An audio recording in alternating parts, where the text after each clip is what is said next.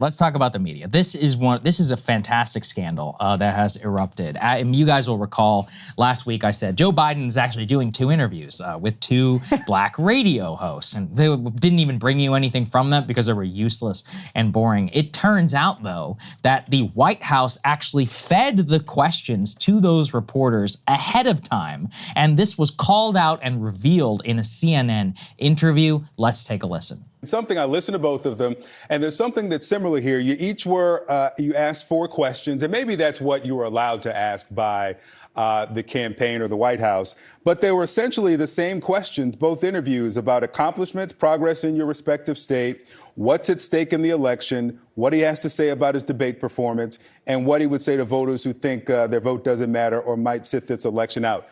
Were those questions given to you by the White House, or did you have, or the campaign, or did you have to submit questions ahead of this interview? The questions were sent to me for approval. I approved of them. Okay, so the White House sent the questions to you ahead of the interview? Yes. Okay. I got several questions, 8 of them, and the 4 that were chosen were the ones that I approved. Okay. And the reason I ask is not a criticism of either of you. It's just that if the White House is trying now to prove the vim, vigor, acuity of the president, I don't know how they do that by sending questions first before the interview so that the president knows what's coming. I'm not sure what's worse is taking questions from the White House, asking them straight up, approving those questions, asking those questions, and then admitting it, or you should have just been straight up not admitted it, because this is totally crazy. This is not standard operating procedure. Even behind the scenes, I can tell you, the Trump White House asked me plenty of times what I was gonna ask Trump, and I never gave them the answer, but even they did not have the audacity to say, here are some questions that you should ask Trump. And that was the Trump people. So Ryan, have you ever confronted anything like this in your entire journalism career? I've never had anybody try to suggest questions. Yeah. I mean, actually like pre-script like questions. Maybe topics. I've definitely had people reach out and say, hey, so-and-so is going to introduce a bill on Thursday. Would you like to do an interview on that? Maybe. And then the ground rules are always, you can ask whatever you want. Right.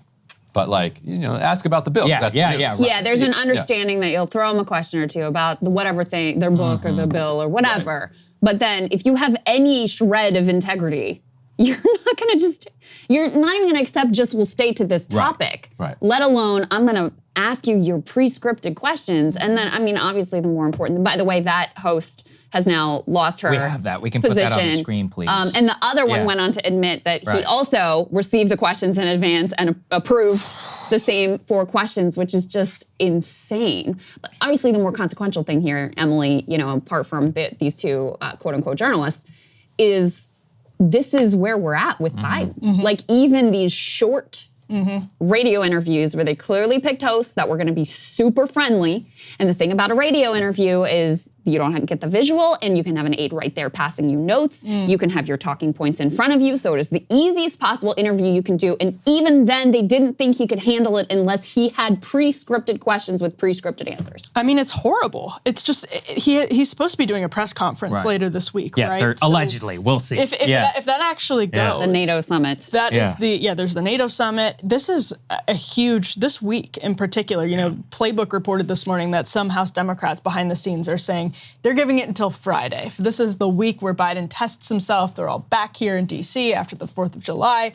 He's already failed the test so clearly, Even in the George Stephanopoulos interview, which apparently wasn't edited, it was about 20 minutes long, he looked, I was gonna say it was a vacant stare, but it's not, it's confused. He looks confused. He's whispering oddly, and now they have to stage manage the easiest possible thing for a politician with a 50-year career. Yeah. Joe Biden. Look, we would not even accept this type of conduct from a city council member, let alone the sitting president of the United States. It's absolutely nuts. We also can show you a few other instances of people covering themselves in glory. We've got Joe Scarboro here, a little bit of what it was like before, what it was like then afterwards, and how suddenly one can change their tune. Let's take a listen. And he needs to answer the question, is he capable of moving forward? And he knows he needs to answer that question.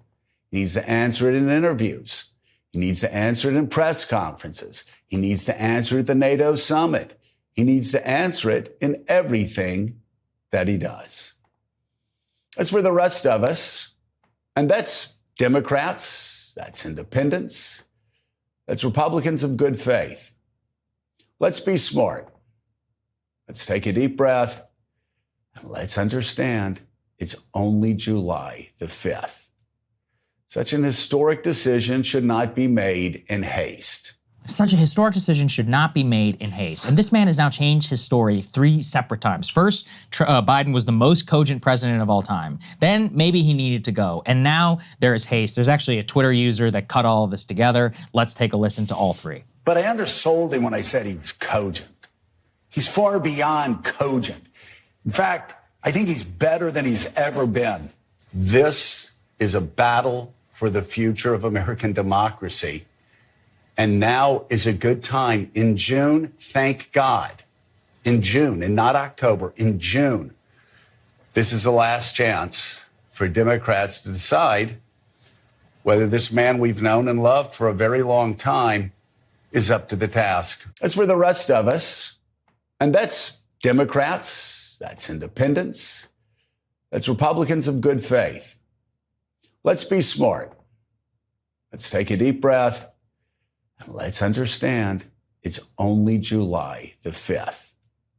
Such an historic decision should not be made in haste.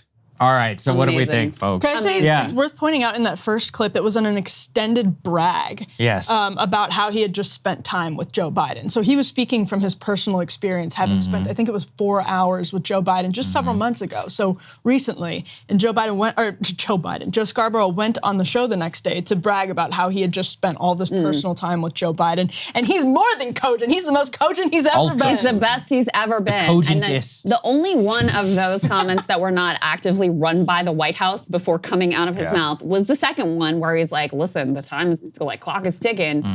This is existential. We got to pull this guy from the ticket.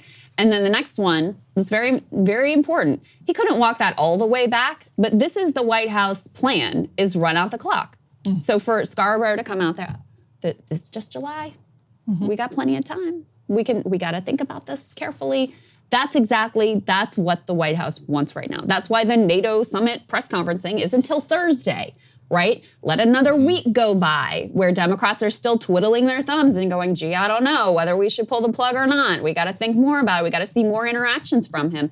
That's why these things have dribbled out so slowly, because that's precisely what they want. That's pretty cynical, but right after Thursday, then they'll spend the weekend debating whether or not he said, that we have the goodest relationship with NATO or a good as relationship with NATO.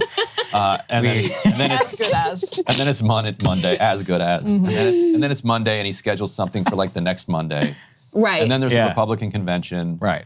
And then it's like, well, you know what? Actually, guys, we just nominated him in a Zoom session. Don't worry about it. We're done. It's all good. This is good. Well, That's how we get things done. Yeah. These people are shameless. We've also got this example from the New York Times. Let's put this up there on the screen. They are now admitting, and they say, Biden lapses are said to be increasingly common and worrisome. When months ago they published this, quote, for Joe Biden, what seems like age might instead be style. I'll tell you also, what drove me crazy about this Biden lapses are said to be increasingly common and worrisome is they cite the very clips, Krystal, that we played here on this show a mere, 3 weeks ago, which their own newspaper said Biden dogged by unfairly edited videos and interviews. So they cite the videos in the story, videos of him shown wandering around, which they allegedly had debunked a mere 2 weeks before that and followed the White House line. So they're shameless. I mean, the way that they're able to turn on a dime, in a certain sense, I'm like, well, okay, it's glad to have you. It's glad to welcome to the party,